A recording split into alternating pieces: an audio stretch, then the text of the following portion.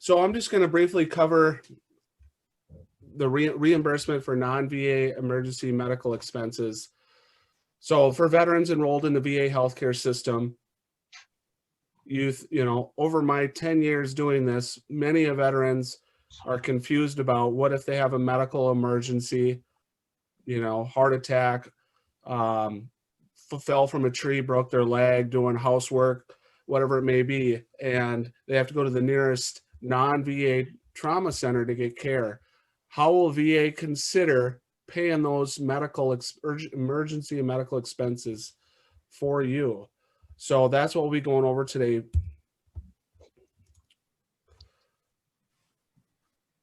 So you'll see right here, VA has two legal authorities that cover reimbursement for non-VA emergencies. The first one is under a code called 1728, which is all around service-connected injuries, service-connected. If you have a service-connected disability, what the rating is, that's the first law they'll apply when trying to figure out if they can pay this medical bill.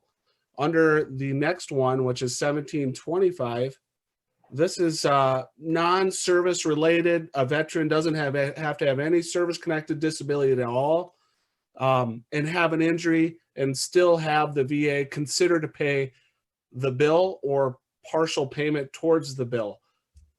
So I'm going to talk a little bit about these, how they break them down, and how they can look at considering these. So on the first one, on USC, it stands for 38 United States Code 1728, which is a law. VA will consider payment if a veteran is entitled to cost-free VA health care, but they have to meet these requirements. So you'll see on the first one, medical care was provided in a medical emergency and such that veteran was reasonably expected that delay in seeking immediate medical attention would be hazardous to the veteran's life. 2, so the first one is your opinion if it was a medical emergency. In a prudent layperson's opinion, was it a medical emergency for you to go somewhere? The second is the services were provided to a veteran in need of care for, like I said, under 1728, it all revolves around service-connected disability. Did that medical emergency that caused you to go into the ER, was it due to a service-connected disability? That's the first block. The second is non-service-connected disability that was aggravating a service-connected disability. So basically, for the reason for which you had to go to the ER, did it aggravate a service-connected disability? And if so, they could possibly look at paying for that emergency care underneath this law here.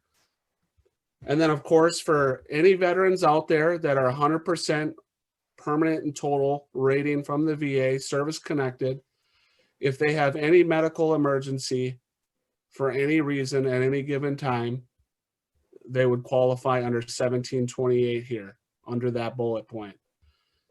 And then lastly, this won't apply to too many, but at least not here, but for our veterans, maybe our younger veterans, veterans participating in the vocational rehabilitation program. And Jim and I were just talking about this the other day. Jim and his team work closely with vocational rehabilitation.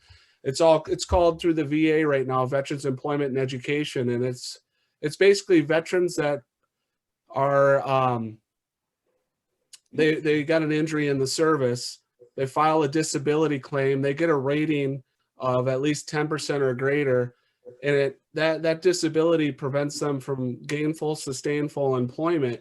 Because of that disability, they can go to college for free under Chapter 31 Vocational Rehabilitation Program, and it trains them in a career field that they can do with their service-connected disability. That's what I went through when I was retired from the service. And so any veteran on that program that's partaking in Chapter 31 with the federal government, if they have a medical emergency and they go to a non-VA, VA will cover their bill under 1728. And then lastly, out of the 3, VA facilities were not available and an attempt to use one would not have been reasonable. So this just kind of breaks down those three a little bit further. Now, when you talk the medical emergencies, you can see that it says it's not what a doctor, a licensed physician, considers what emergency is, but it's just a prudent layperson between you and I. Is it emergency? Do you think it's an emergency? That is good enough. That meets the definition of medical emergency. You'll see that right here. Does a prudent layperson, non-medical expert, consider the situation to be emergency? So that's the whole number one, medical emergency. You have to make that determination. If you, oops. Two, again, it just breaks down the VA facilities. Urgency of the veteran's medical condition, distance of the travel of nature of treatment required makes it necessary to use public and private facilities.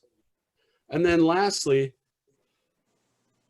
throughout this process, VA will only consider, if you met one of those we just talked about, VA will only consider paying that bill, that hospital bill, up to point of stabilization.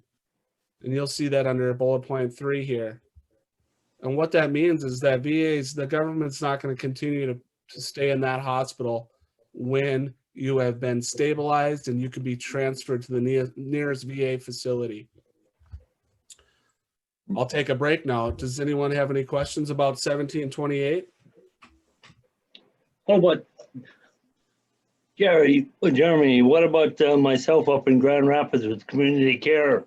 And I have to go to the local hospital. Will they transport me to St. Cloud?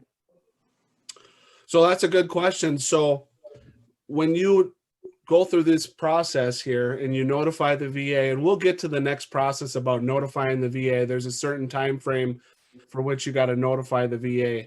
72 hours, I believe. Yeah, I don't know if, did I cover that in here? I thought I did. I've got stuff. No. Okay, I think it's coming up. But yeah, so for you, for instance, once you report that, they'll find out if there's not if the VA is far away for you to be transferred and it's not reasonable to transfer you, they will continue to pay after the point of stabilization. Also, if there is no room to accept you or they just can't accept you for any reason, they can continue to pay that medical bill after point of stabilization. So that's a good question. They will make that determination. Once you report it, they'll be working with that ER facility to get the It's sometimes those.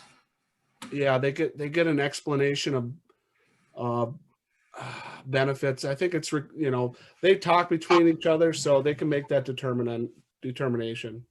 There's two different hospitals up here. One's belongs to Essentia and one's Grand Task, and I deal with Essentia. And Okay. their one hospital is about 18 miles away, Essentia, and the major hospital is up in Duluth at Essentia St. Mary's. Gotcha. Jeremy, Yep. how does this work with Medicare? So yeah, we'll get to that, Jim. I appreciate you bringing that up. We'll get to it here shortly. Is that okay? Absolutely. So throughout this process, if you feel like you qualify under those because you're 100% or it's a service-connected injury that caused the emergency, VA will then reimburse you. But typically, you don't have to file the claim for reimbursement, which it states here you have 2 years from the date of the treatment. That typically is not needed because through the communication within notifying in 72 hours, VA is already tracking that, and they're already going to get the explanation of benefits requested from that provider, and they're going to already start initiating paying those bills once that provider is submitting them to the VA. But if it doesn't happen for some odd reason, there is a form, which we have there, VA Form 10-583, and that can be filed for reimbursement for any costs that ER provider billed you, and then you can send that to VA to be reimbursed by VA for those costs. But typically you won't have to ask for reimbursement because if you need, notify VA properly, they will just make the determination through 1728 or 1725, which we'll talk about next. And if you do qualify, they'll work with that provider to ensure that they're being paid. So next, let's talk about, this is the more popular one, United States Code 1725, also known as the Mill Bill or Millennium Bill. And this was created basically for veterans that, you know, do not have any third-party insurance. VA is their only healthcare provider. They don't have service connections. And the reason why this was passed is to ensure the veterans enrolled in the VA healthcare system have their emergency room visits covered. So generally VA looks at 1728 first. If that doesn't apply to you, they'll go into this 1725. And so 1725 right here, it says VA will reimburse a veteran or provider for the reasonable value, and Jim, this is Medicare rates of emergency treatment provided to the veteran in a non-VA facility if the veteran is personally liable for the treatment and is an active participant in the VA healthcare system. So this doesn't specifically answer your question, Jim, about what if I have Medicare and I'm covered under Medicare. But what this does is, what this says is that anytime VA is responsible under these laws to pay these veterans ER bills, their reimbursement to those private providers are at the Medicare rates. So what I've seen in my 10 years is a lot of these providers in the community will seek the veterans' private insurance out because they can get a higher reimbursement from their private insurance if they have it, even though the veteran notified them, I'm enrolled in VA, you need to bill VA first. Because if the veteran's qualified under one of these two laws, VA is the first payer on the bill. So that's just something to think about there. So again, this just repeats what was required under 1728 as well. Medical emergency and the VA facilities were not available. An attempt would be not reasonable to go all the way to a VA facility. So next is what does personally liable mean? So is financially liable to the provider of the emergency treatment. Private pay, including Medicare, doesn't cover the total cost except for deductibles, co-payments, or co-insurances. So what that means is that if, let's say, a veteran doesn't have any third-party insurance at all, and they're not qualified for Medicare at this point in time in their life, all they have is the VA healthcare benefit. So under 1725, they would cover that ER bill. Now let's state, like Jim says, let's say that they're of Medicare age, they have Medicare, and that's their only third-party insurance. Will VA consider making that payment before Medicare? And the answer is no. Medicare, under 1725, the third-party insurance will make the first payment, will be the first payer.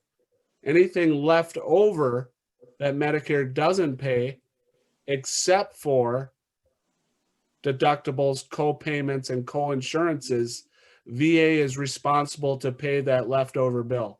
Does that make sense? Yes, thanks, Jeremy. Jeremy, insurance besides, I carry TRICARE besides Medicare and VA. And I'm sorry, your question was, you kind of broke up. Well, I'm covered. This is just a statement, Jeremy. I've got the VA, TRICARE and Medicare besides the VA. So I'm fortunate enough to have extra coverage. Right. No, yeah, it sounds like you're set up pretty good with multiple coverage plans, but unfortunately, a lot of veterans only have, just the VA healthcare program. Sometimes, like I said, they're not of Medicare age, and VA is their only provider for medical care. And so in an instance where they have an emergency, if they have no other private provider, then VA should cover under this law their medical bill up to point of stabilization. And again, if they do have a third-party insurance, like let's just say, well, I really can't use myself, for example, but just anyone that has like Blue Cross Blue Shield, Health Partners, but also is enrolled in VA. Let's say that they have an emergency, they go in the community, and the community ER bills their Health Partners. Health Partner doesn't cover the full bill. Let's say for some reason your plan for ER visits doesn't cover the full bill. And we're not talking about the deductibles, co-payments, or co-insurances. We're talking about the main ER bill and anything that's included in that cost of care.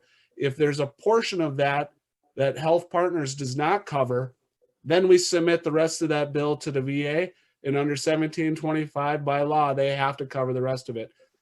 Does that make sense? So Jeremy, does that Matt happen anywhere in the country? Because if you like right now, I'm out of state. Yes, sir, Joe. This is VA law. This is 38 United States Code 1725 applies to Veterans Health Administration. This is how they handle all veterans ER in the community. This is just one of three we're going to cover. Go ahead. So I'm on vacation or I'm on the road to vacation. The same system works. Same system works. Yep. Okay. And I'm gonna cover a third option that makes things even a little bit easier and a little bit better for everyone. And this was just a brand new update in the regulations as of 2018 and implemented June of 2019. So when I get to this, you'll take a deep breath and you'll say, oh, I don't have to worry about these two laws, service connected one or non-service connected one. VA makes it a little bit easier because of the advocacy the American Legion did through some legislation a couple of years ago. So lastly, obviously a veteran needs to be an active participant in the VA healthcare system. So I have 24 months, but typically I think VA wants to see you enrolled at least, or excuse me, you have been seen once within 12 months to be considered an active participant. So again, any of these, if you don't meet, VA theoretically by law can deny paying your bill.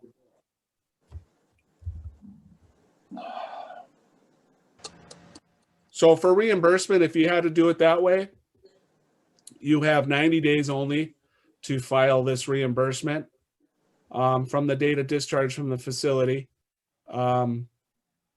or from the date the veteran exhausted without success action to obtain payment or reimbursement for the treatment from a third party. And then again, it's the same form, the 10-583 form. And that application, like I said, is 90 days. Your CVSOs, your county veteran service officers, obviously myself, we all know how to submit these if we need to get reimbursed, if the veteran needs to get reimbursed for this cost of care, because either they had to pay for the private provider, or excuse me, their private insurer, or they paid out of their pocket. And then you can submit that form to the VA for reimbursement with all the proof. Jeremy, Yeah. do we need to notify the ER when we get there that we're a veteran and we're in the VA system to have this happen? Yep, exactly. And so I'm going to get to that. And I'm sorry, when I was putting this together, I could have had it earlier in there, but I'm about to get there to it's at the next slide. It's on the next slide that will talk specifically about, all right, now what do I do in a real world? I'm going to the facility. Who do I speak to? How does it happen? Right now, I'm just kind of giving you guys the general legal laws that VA has to follow to consider paying. But when it comes to real life stuff, we're about to get to that, if that makes sense. Is that okay? Yeah, that's fine. So, Thank you. Yep, no problem. And so recently in 2018, you'll see here on this slide, for many years, even when I started in 2010, VA was determining and denying paying leftover bills after Medicare had made partial payments on ER visits under 1725 here. All the veteran had was Medicare. That's it. And VA healthcare benefit. That's the only two things that the veterans had. And if a veteran had an ER visit and they had Medicare, VA was interpreting the law incorrectly. The law changed in 2009 where it said, even if a veteran has Medicare and Medicare makes partial payment, VA by law has to pay the leftover portion. It wasn't until 2018 in a class action lawsuit out of a guy here in Minnesota where we had VA held accountable for not paying on these claims after Medicare had made a payment. And so this is a huge win for veterans. Up until 2018, if a veteran had Medicare and they made a partial payment, VA was denying. Nope, Medicare already made payment. We're not covering any of it. Now today, you could have any third-party insurance. You could have Medicare. If they only make partial payment, you send the rest to VA. This includes emergency transportation. So now we get into the recent change under the VA Mission Act, which expands ER coverage to in-network community providers. And this is just of June of 2019 when this was enacted. And so what this really means is that, have you guys all heard about VA's community care program, right? I'm in it, Jeremy. You're in it, okay. Yep. So VA has a community care program for veterans that have a long travel time to the nearest VA facility, or there's long wait times to access care in a VA facility. If they meet any of those requirements, they can go ahead and get a consult for care in the community to go to an in-network provider in the community. And what that means is in-network is that you guys heard of Optum Health Group, I think it is. Optum had Yes.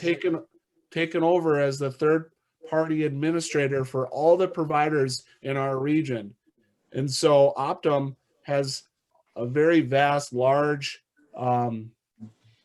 list of providers to go to. So what this law states is that if a veteran goes to an ER room and it happens to be on contract with VA and Optum as a third-party provider in the community, that they will cover the bill. Not going through those first two laws, but under this new regulation for care in the community. But what you do need to do for all of them is notify within 72 hours. You won't have to really worry about the claims filed within 180 days. It does have to be, of course, a layperson's definition of an emergency. And then all of their VA facilities were not feasibly available at the time.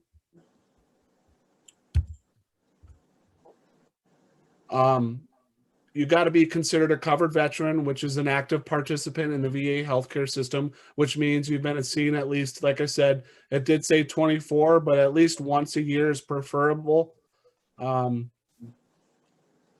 So your annual physical or whatnot. Eligible entity or provider. So that's what I'm talking about.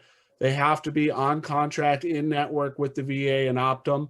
And if they are, and you follow those steps, notification, 72 hours, you've been seen at the VA once within the year, they should consider covering the bill fully and reimbursing that provider since they're in network. There's three ways of reporting your 72-hour notification to the VA. This is the most important part. And this is what you should share, with all other Legionnaires and veterans, your district, is that don't worry about the laws. You just report it and let VA do its work. And if you feel on the back end they made a bad decision, you contact someone like myself that knows the laws, and we can see if they made the determination correctly. And if we have to appeal it, we can. But this is what you need to tell them. If you have an emergency room visit, you notify the VA within 72 hours. You do it by this new portal that just got released last week, which is here. It's called the Emergency Care Reporting Portal, ECR. We'll take a look at that in a second. Or you can email the VA at this email right here. And then also they have, let me see here. They also have a phone number. I don't think I put it on there. Where do I got it here? Here it is.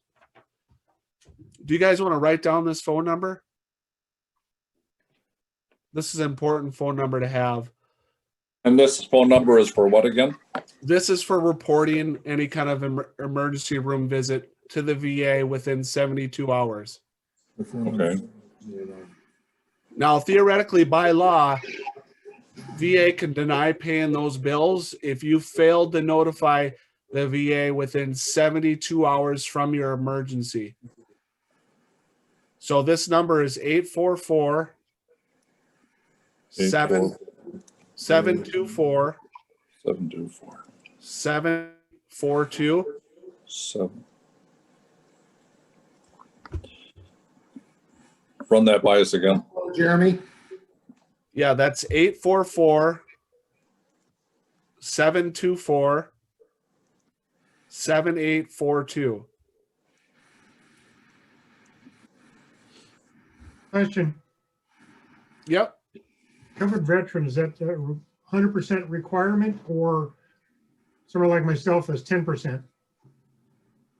Nope. This is this last regulation here that we're going over under the Mission Act, this regulation for care in the community. This is for all veterans. Care in the community, yeah. Yeah, this opens it up. Those first two laws we talked about, 1728 for service-connected people, veterans, and the other one, 1725 mill-bill people that are not service-connected, have no other health insurance plans or minimum health insurance plans that only cover a little bit.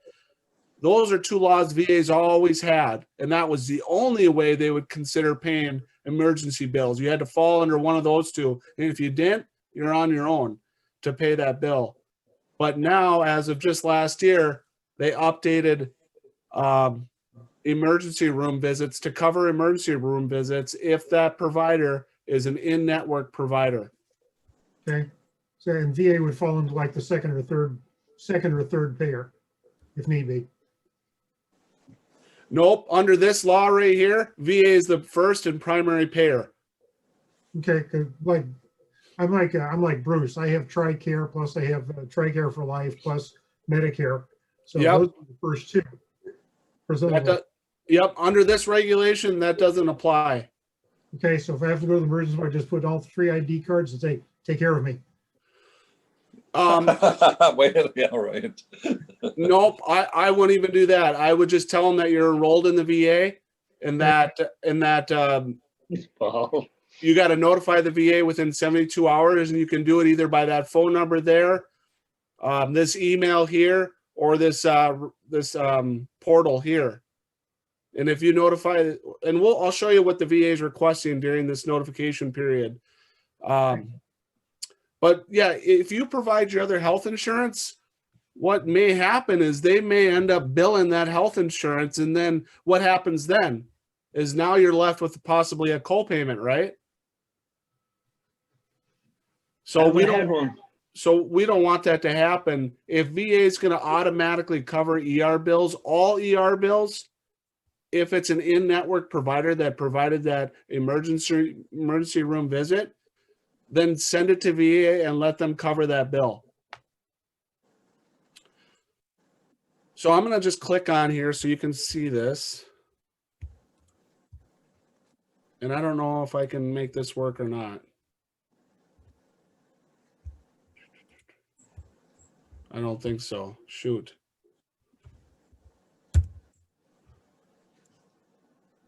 Can you guys see this next slide here? The VA locator tool. Yep. No I one got of it. it. So I'm trying to get these links to come up. Jen, do these links typically come up on the Zoom? I think it just did. Can you guys see this? What's on the screen here? Um, Or is it still just the? It's still just a slide, Jeremy. You'd have to move that window gotcha. in front. Okay, here we go. Here it comes. There you go. Can you guys see that emergency care reporting tool? okay. Yes. All right, so what I did is I just clicked on that website that I provided for the portal, and it brings me here. Now, I can just play around and put some stuff in here real quick, and let's just see. So obviously they want to verify you are who you are, so they want an email reporting as a veteran representative. I'll just say I'm a veteran doing it. They want you to do this. Yep. You better Alright. pass that. No. Yeah, exactly. All right. So now it looks like they sent me an email, and this is brand new. So it just came out. So you sent the email in already. Okay. Well, no, yeah. So it says you have been sent an email. So I'm just waiting for it to come to me. There it is. Here is your link to the emergency care reporting form. Oh, okay. So let me see if I can pull that up quick and share it with you.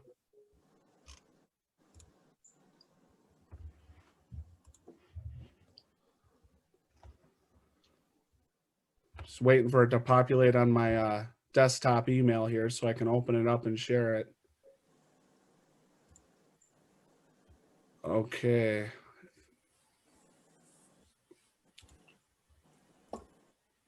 Okay, are you guys seeing my email here? Right here? No. You've got to share that on the same screen as overlapping, Jeremy. There you Okay. go. Okay, so here's my email. It just came in. See what it says here? Vet VA email or VA emergency care reporting link. So I'm going to click on this. Don't tell me I got to share this screen too now, huh? Yep. All right, we'll get there. Hold on. I'm learning as I go. All right, so now do you see it? Not yet. Close the email one.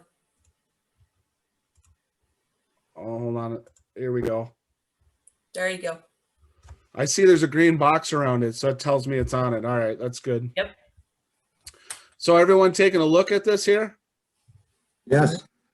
It looks like they're asking for some good information. So your general information here, social, home address, healthcare provider information, just put the VA, St. Cloud or Minneapolis, episode information, time zone, date, time, scene, mode of arrival, ambulance or other. Where did the injury event occur? And it looks like you submit it. And once you submit it, now it's in the VA healthcare system. You've done your job by notifying the VA within 72 hours. Now they're going to get the details of the emergency. They're going to have your veteran's health record to see which priority group you're in. And if any of those, if the ER was service, first they're going to look at, was it an in-network provider? If it was an in-network provider, that's all they need. All they're going to do is work with the provider now, and they're going to cover the bill up to point of stabilization, and then that's it. It's going to be that easy. Does that make sense?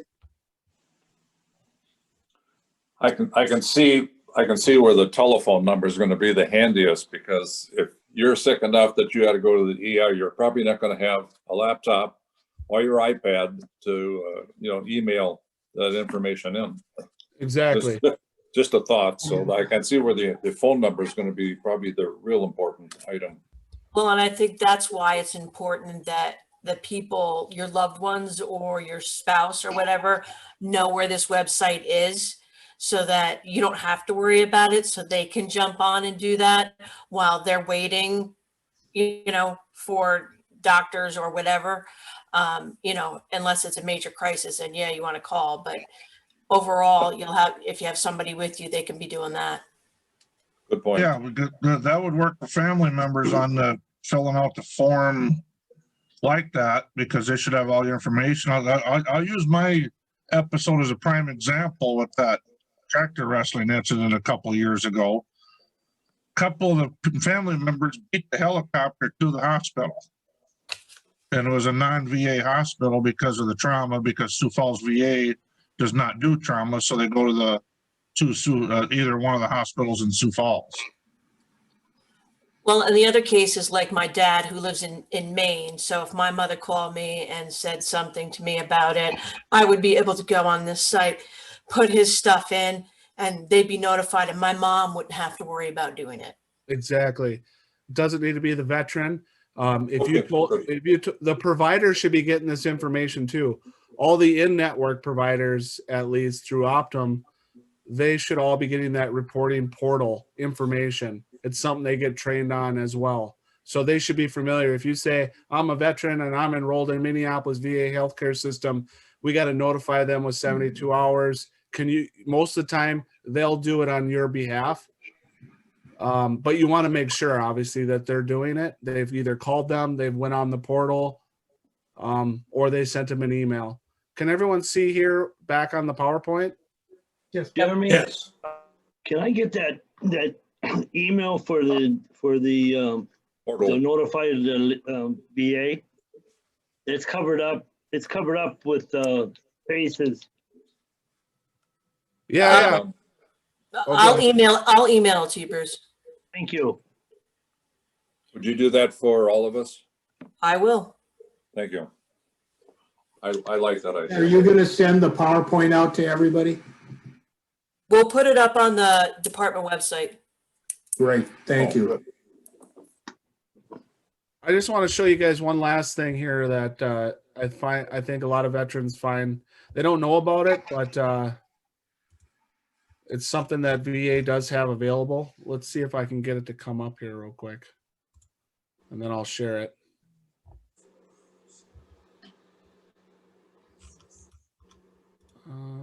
Let's see here.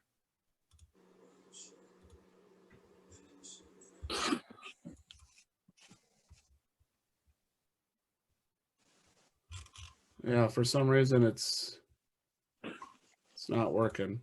Shoot. Jeremy, Yeah. is there a way to find out which one of these places are in network with Optum? That's a good question, Brad. Brad. Or wait, excuse me. You were who was close. Same district. Who is different guy. Randy. that? Oh, my bad. So no, that you would think that, hey, come on, this would be a useful tool for veterans if VA is covering ER costs, if it's an in-network provider. Well, what I was about to show you right here, are you seeing my find VA locations, right? Yes. Yeah.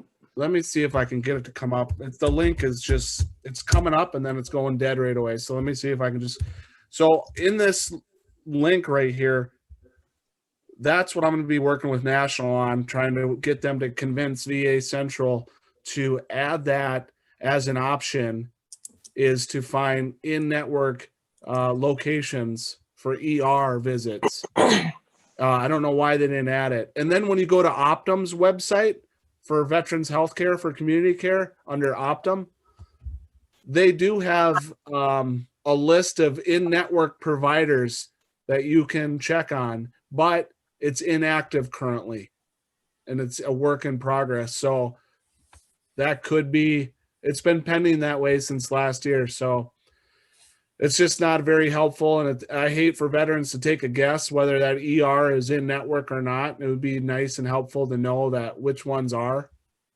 The reason I'm asking is that some of the current veterans have a choice in our location in the second district to go to say Madelia, Fairmont, Albert Lee, Blue Earth, all these hospitals, and within 60 miles. So if we had a list that they would be able to go to the county veteran service officer, get a hold of for us or to learn, they would know to go there instead of taking a chance. Right. Okay. So I got this link to pop up. You guys seeing it? Yeah. So right here, does anyone want to use their address? Not really. I can use my address. Yeah. Jeremy, punch this one in. Okay. 2655 Linden, Linden Avenue, Yep. Slayton, Slayton.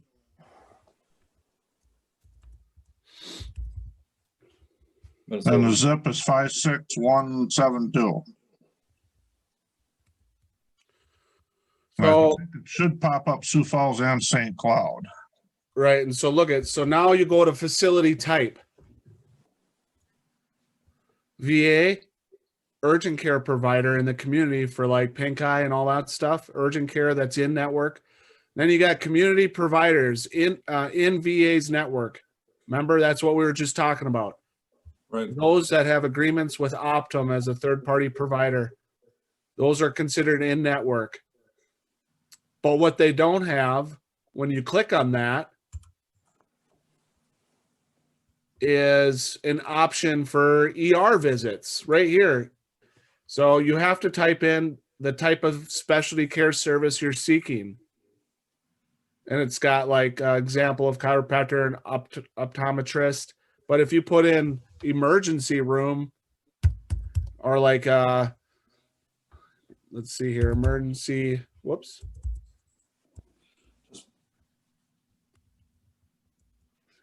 Spell. Emergency medical technician, paramedic, Yeah, intermediate. There's nothing Basic. in here. Right There's there. nothing. There's Emergency medicine, that's what they got it titled as. That's weird.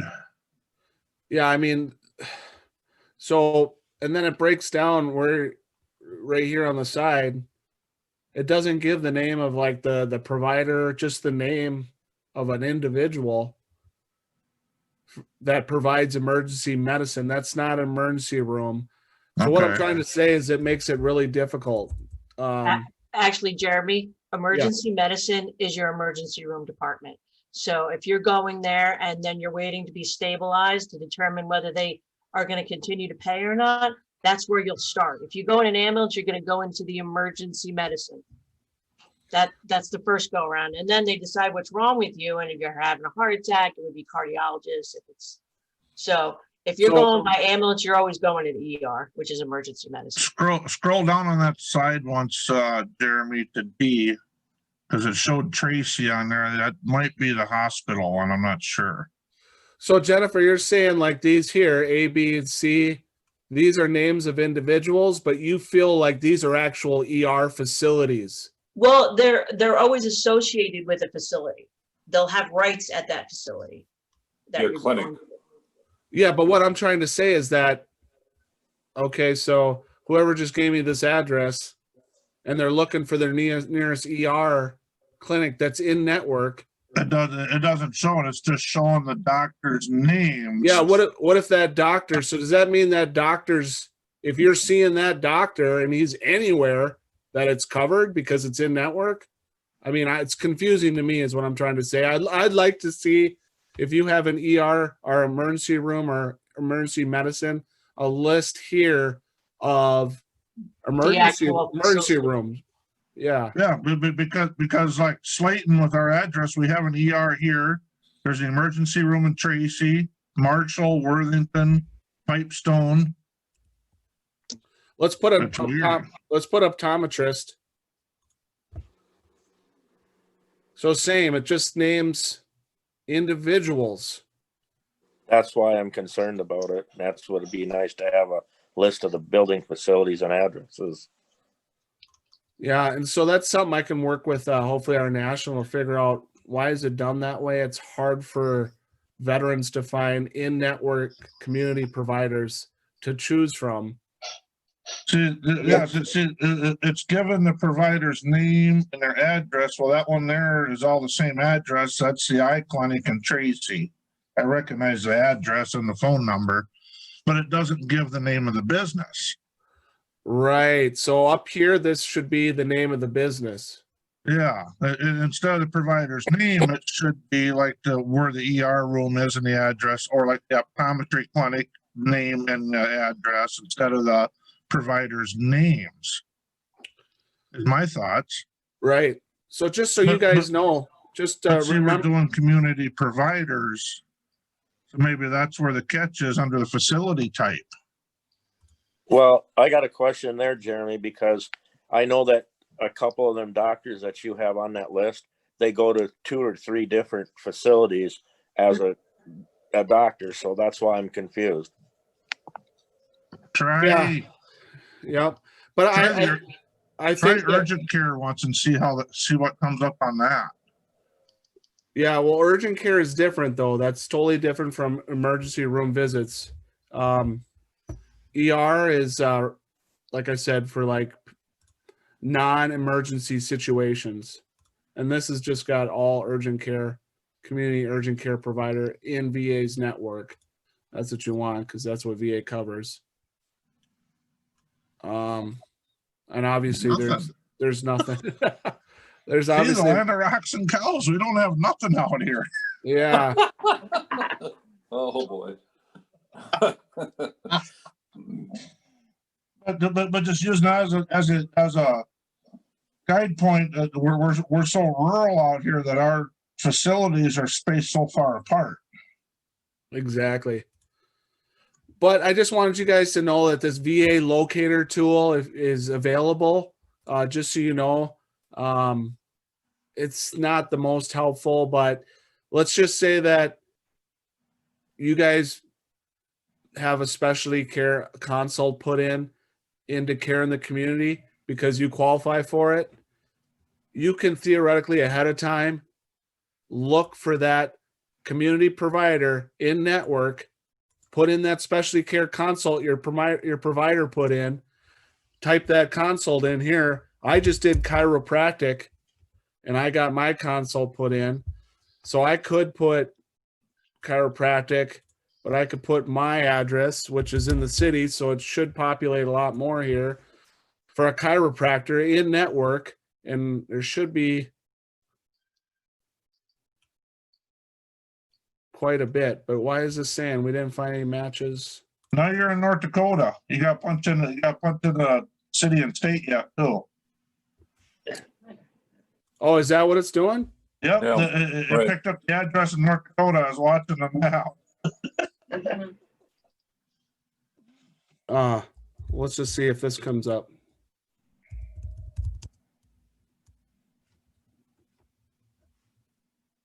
There you go. Okay, so that first one up top there, Jonathan Morris, that's Yep. where I just got my consult and I went yesterday. So I could have looked theoretically beforehand, because when the community care provider calls you from VA, they said, hey, we got your consult from your primary care provider for chiropractic care. Where do you want to go? Well, I don't know. I don't know which in-network providers for chiropractic are available in Plymouth near me. Well, now I do, because I have this locator tool. Does that make sense? Yeah, that makes a lot of sense that way. So just make sure you save this VA locator. I'll send you the link to it too. This link should work. Or actually, you don't have the URL for it.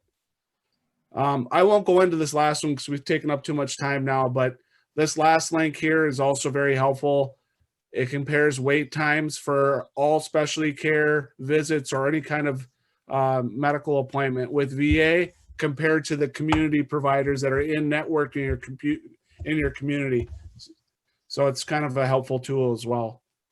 Jeremy, I've got a couple good ladies that work with me on community care from the St. Cloud Hospital, and kudos to them. Gotcha. So I'm going to give you guys two last numbers here. And then I'm pretty much done, but I want to give you guys these last numbers here as well. So the 72-hour notification period, those phone numbers the phone number I gave you there was to VA's central reporting location, but individual VA medical centers also have facility contact numbers for care coordination in the community. So you can report your emergency care right to Minneapolis VA or St. Cloud by using these numbers. So, and you know what, Jennifer, maybe I should just email it over to you.